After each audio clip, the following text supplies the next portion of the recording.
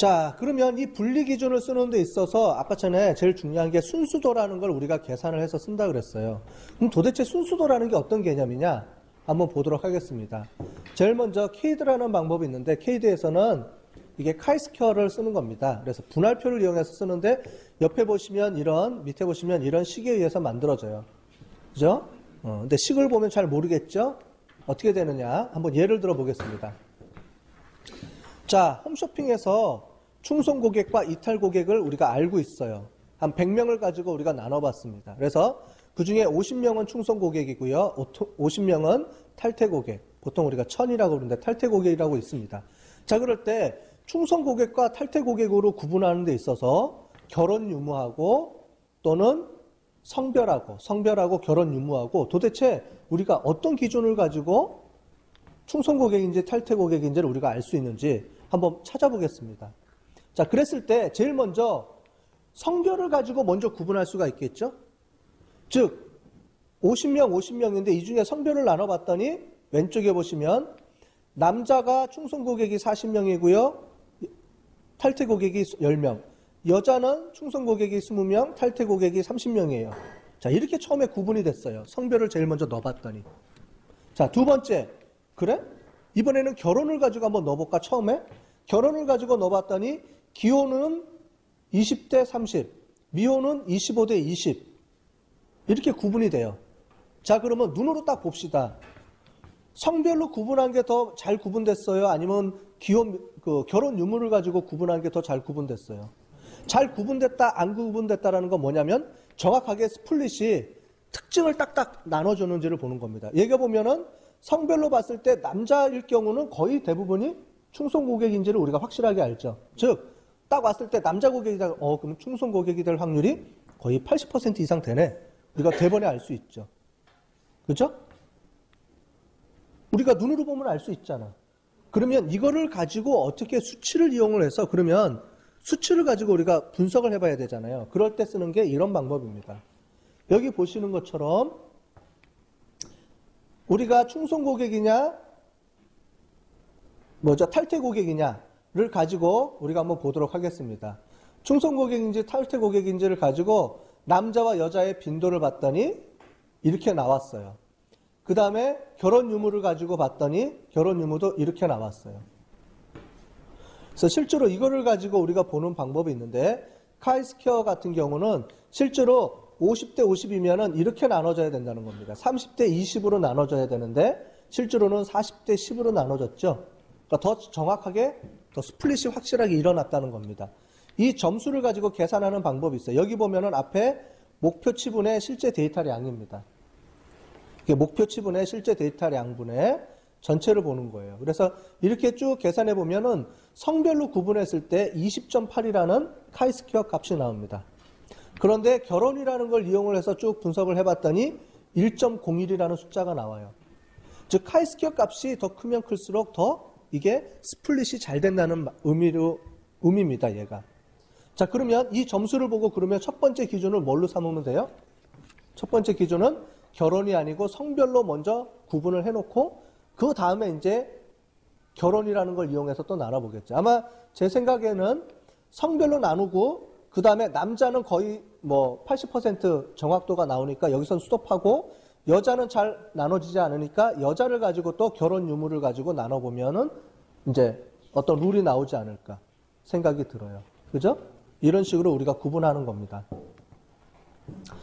자, 그런 카이스퀘어 분석 방법도 있지만 또 한 가지가 카트라는 방법도 있습니다. 카트가 많이 쓰입니다. 그래서 카트는 지니 지수라는 게 있습니다. 지니 지수. 자, 지니 지수라는 거는 마디의 순수함, 그러니까 다양성의 정도를 줄여주는 거예요. 즉, 다양성의 정도를 줄여준다는 건 뭐냐면은 하나의 값으로 통일된다라는 말이죠. 그렇게 해서 그거를 이용하는데 여기 보면은 이런 지니 지수는 이런 식을 이용을 해서 개발을 하게 됩니다. 점수를 구해줍니다. 자, 어떻게 구해주는지 한번 볼게요. 아까 전에 나온 겁니다. 자, 지금 이 데이터를 가지고 여러 가지 방법으로 한번 분석해 본 겁니다. 이 데이터를 가지고 케이드라는 방법을 이용하면 이렇게 나오고요. 지니 지수라는 카트를 이용한 지니 지수를 보면은 이렇게 나옵니다. 즉, 위에는 0.5가 되어 있습니다. 즉 100명 중에 50명 나누죠. 자, 그런데 남자로 나눴을 때, 여자로 나눴을 때, 남자는 전체 50명 중에 이렇게 나옵니다. 40 마이너스 50명 중에 10. 앞에 보면 계산돼서 나오죠? 그죠? 요 값입니다. 40하고 10. 전체 50명 중에 40대 10으로 나눠졌다 이 얘기예요. 자, 무슨 말인지 알죠? 전체 50명의 데이터 중에 40대 10으로 제대로 나눠졌다라고 보는 겁니다. 이 계산해주고 여자는 전체 50명 중에 20대 30으로 나눠졌다 라는 식에 의해서 이 분수의 자승을 이용해서 이렇게 계산하는 겁니다. 그 다음에 기혼, 미혼도 마찬가지고요.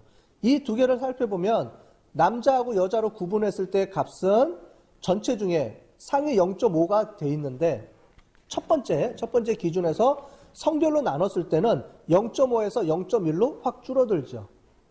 그죠? 이만큼 이거를 계산해 보면은 남자와 여자의 값으로 해보면은 0.1로 줄어듭니다. 자, 기혼, 미혼으로 나눠보면은 0.5에서 0.01로 줄어들죠. 이게 훨씬 더 점수가 높게 나오죠. 아까 전에 카이스퀘어 지수처럼 점수가 높게 나오는 거니까 얘도 이게 더 분류를 정확하게 나올 수 있다라고 보는 겁니다.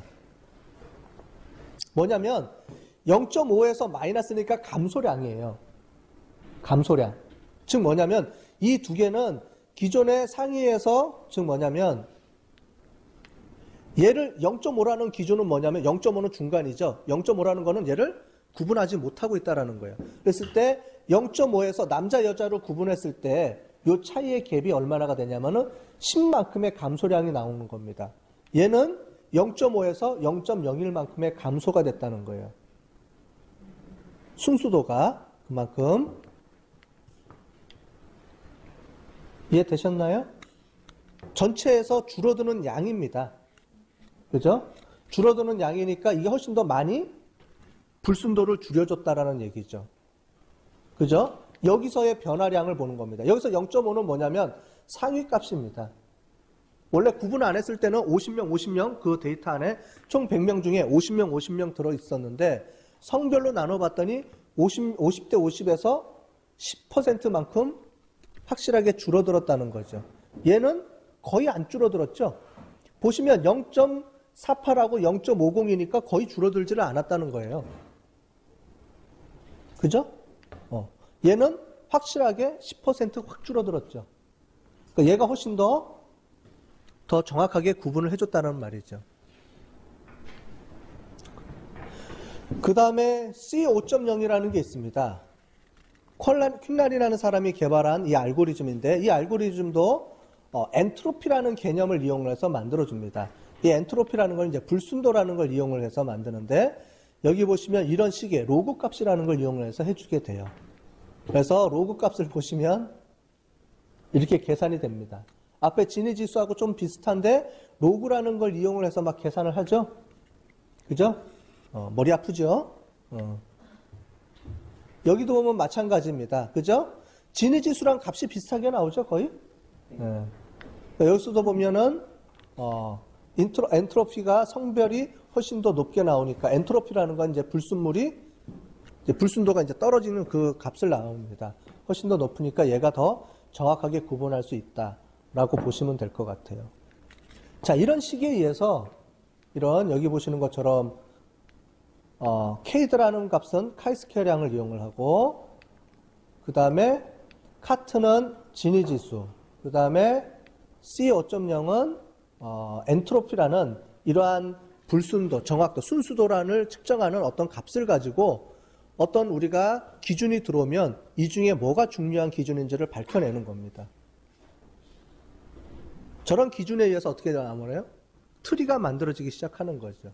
그래서 1번 기준으로 넣었을 때, 성별을 넣었을 때, 그 다음에는 두 번째 기준은 뭐를 넣고, 세 번째 기준은 뭐를 넣고 해가지고 쭉 해서 우리가 나뭇가지를 계속 쳐나가는 거예요. 그러다 보면은 정확하게 이게 계속 구분이 되겠죠. 구분이 되겠죠. 그래서 도산한 사람들의 집합과 도산하지 않은, 그러니까 정상인 사람들의 집합에 룰이 몇 개가 나오겠죠. 특정 룰들이. 이런 룰을 가지고 우리가 의사결정하는 데 도움을 주자라는 게 의사결정 나무입니다. 자, 그런데 이 의사결정 나무는 중요한 게 뭐가 있냐면 이런 겁니다. 과접합이라는 게 있어요. 하나가. 뭐냐면 우리가 쪼개면 쪼갤수록 어떻게 돼요? 더 정확하게 나가요. 그런데 실제로 우리가 학습용 데이터랑 평가용 데이터라는 개념이 있는데 뭐냐면 학습용 데이터는 어떤 룰을 개발하기 위해서 얘가 수정을 해서 막 어떤 룰을 찾아내는 겁니다. 그렇기 때문에 학습용 데이터의 룰은 어떻게 만들어지냐면 A로 해봤다, B로 해봤다, C로 해봤다 해가지고 여러 개 막 해주면서 그 중에서 가장 그 분류도가 높은 거, 오류율이 적은 룰을 걔가 찾아내는 방법이에요. 자, 그래서 테스트용, 학습용은 룰이 계속 바뀝니다. 이렇게 해봤다, 저렇게 해봤다 합니다. 그렇게 해서 정확도를 제일 높일 수 있는 룰을 밝혀내요. 그러면 그 룰이 정확한지 안 정확한지를 어떻게 하느냐? 테스트용 데이터를 넣습니다. 그러니까 평가용 데이터를 넣어요. 평가용 데이터는 뭐냐면 룰을 만들어주는 게 아니고 그 룰을 고정시켜 놓고 그 데이터를 집어넣었을 때 얼마만큼 정확하게 나오는지를 보는 겁니다. 그런데 테스트용, 학습용 데이터는 어떤 게 있냐면은 얘가 계속 룰을 바꿔나가다 보니까 거의 뭐 100% 맞출 때까지 계속 해나가요. 그러면 어떤 문제가 생기냐면은 이 학습용 데이터에 룰이 적합하게 돼버려요. 거기에 맞추다 보면은. 그래서 실제 데이터를 집어넣게 되면 어떤 문제가 발생하냐면 실제 데이터는 오히려 정확도가 떨어져요. 얘한테 너무 맞추다 보니까. 이런 문제가 발생하는 거거든요. 슈퍼바이즈드 러닝에서는 일반적으로. 그래서 어떻게 주냐면은 학습용 데이터를 정확하게, 즉 평가형 데이터와 학습용 데이터의 오류율이 두 개가 다 최소화되는 그 시점까지를 만들어내는 요 중간이 어떻게 보면 스톱해야 되는 기준입니다. 요 기준을 찾아내는 게 바로 이제 마디수를 결정하고 하는 정지규칙이에요. 그럴 때 여러 가지 방법이 쓰이는데 오류율을 주거나 아니면은 전체 데이터 중에 10개만 남을 때까지라든가 어떤 그룹이 10개가 남을 때까지라든가 이렇게 우리가 어떤 기준을 정해줘야지 무작정 이렇게 내려가면 안 돼요. 그러면 무작정 내려가게 되면 한 명, 완전히 한두 명까지 구분할 때까지 계속 내려가게 되는 거죠. 그런 룰은 의미가 없다라는 얘기예요. 자, 그래서 과적합하지 않게 해주기 위해서 정지규칙과 가지치기 하는 방법을 이용을 해서 우리가 만들어주게 되는 겁니다. 정지규칙은 여러 가지 방법들이 있습니다. 그래서 시그니피컨트 레벨, 카이스퀘어 같은 경우는 이제 시그니피컨트 레벨을 이용해서 하게 되고 지니지수나 엔트로피 같은 경우는 이제 상대적인 리덕션, 그래서 릴러티브 리덕션이라는 방법을 이용해서 만들어주게 됩니다. 이런 것까지 여러분들한테 구체적으로 설명을 드리려면은 데이터 마이닝이라는 과목을 하나 개설해서 설명을 해줘야 돼요. 이런 거를 다 설명하기 위해서는. 근데 여러분들은 이번 시간에는 전체적인 큰 개념만 이해를 하시면 될 것 같아요. 의사결정 나무라는 거는 어떤 기준을, 즉 분류를 할 수 있는 기준을 정하는데 순수도, 아까 전에 나왔던 퓨리티라는 순수도를 만들어주는데 거기에 지니지수나 엔트로피나 아니면은 카이스퀘어 값들한 거를 이용을 해서 이렇게 정확하게 구분해주는 룰을 찾아내는 거다라는 거를 이해를 하시면 될 것 같아요. 뭐 가지치기라는 방법도 있고요. 근데 의사결정 나무를 쓰는 거의 장점은 뭐냐면은 정확하게 눈으로 보입니다.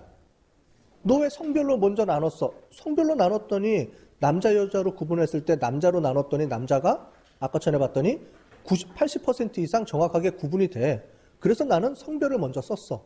정확하게 이해가 가능하죠.